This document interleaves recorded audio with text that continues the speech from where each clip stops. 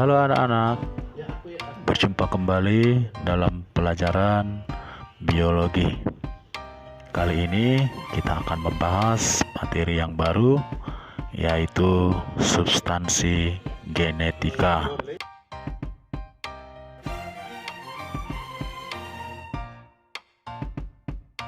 Substansi genetika.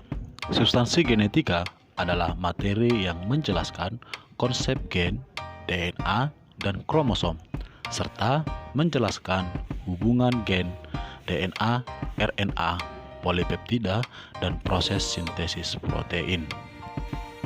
Kromosom. Kromosom terdapat di dalam nukleus. Kromosom berfungsi membawa sifat keturunan atau membawa informasi genetika, karena di dalam kromosom mengandung gen. Kromosom tersusun atas benang kromatin tersusun atas serabut-serabut protein, DNA, dan RNA. Kromosom tersusun dari sentromer dan lengan. Berdasarkan kedudukan sentromer terhadap lengan, dikenal macam-macam kromosom sebagai 1. Metasentrik. Meta artinya tengah, yaitu kromosom yang mempunyai lengan yang sama panjang sehingga sentromer terletak di tengah. 2. Submetasentrik. Submeta agak tengah, yaitu kromosom yang mempunyai dua lengan yang hampir sama panjang dengan sentromer terletak di antara dua lengan yang tidak sama panjang. Yang ketiga, akrosentrik. Akro artinya tidak sama, yaitu kromosom yang mempunyai dua lengan di mana salah satu lengan sangat pendek dan yang lainnya panjang. Sentromer berada di antara dua lengan yang tidak sama panjang. Yang keempat, telosentrik. Tele atau ujung, yaitu kromosom yang satu lengan dan sentromer terletak pada salah satu ujung dari lengan.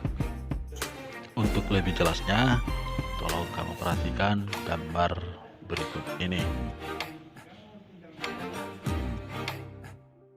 Pada setiap sel individu yang eukariotik terdapat dua tipe kromosom, yaitu kromosom tubuh atau autosom dan kromosom seks atau gonosom. Kromosom tubuh yang berpasangan bersifat homolog. Kromosom homolog adalah kromosom yang mempunyai bentuk, ukuran, dan fungsi yang sama. Pada manusia mempunyai 46 kromosom. Kromosom tubuh terdiri dari atas 22 pasang autosom atau dibuat lambangnya dengan 22 AA. Selanjutnya, kromosom seks manusia terdiri atas satu pasang gonosom yang menentukan jenis kelamin perempuan bersifat homolog, dinotasikan dengan XX. Dan yang menentukan jenis kelamin laki-laki bersifat non-homolog, dinotasikan dengan XY. Gen dan alel. Gen adalah unit informasi genetik yang terdapat pada lokus dan memenuhi kromosom sebagai cara yang kompak. Gen dan alel. Gen memiliki beberapa sifat, antara lain 1. Mengandung satuan informasi genetik. 2. Sebagai cara tersendiri terdapat dalam kromosom. 3. Dapat menduplikasi diri pada pembelahan sel. Dan yang keempat, mengatur sifat yang diturunkan. Gen memiliki fungsi, yaitu yang pertama, menyampaikan informasi genetik pada generasi berikutnya. Yang kedua, mengendalikan perkembangan dan metabolisme sel atau individu. Berikutnya adalah lokasi gen. Thomas Hunt Morgan pada tahun 1911 berhasil menemukan bahwa gen terdapat pada setiap kromosom segmen atau lokus kromosom. Gen A besar, B besar, C besar, D besar, dan E besar terletak pada satu kromosom. Sementara gen A kecil, B kecil, C kecil, D kecil, dan E kecil terletak pada satu kromosom yang lain. Kedua kromosom ini merupakan kromosom yang homolog. Gen A besar berpasangan dengan gen A kecil dan menempati lokus yang bersesuaian pada kromosom homolog. Bekerja untuk menunjukkan sifat-sifat alternatif sesamanya, sehingga A besar dan A kecil disebut dengan alel.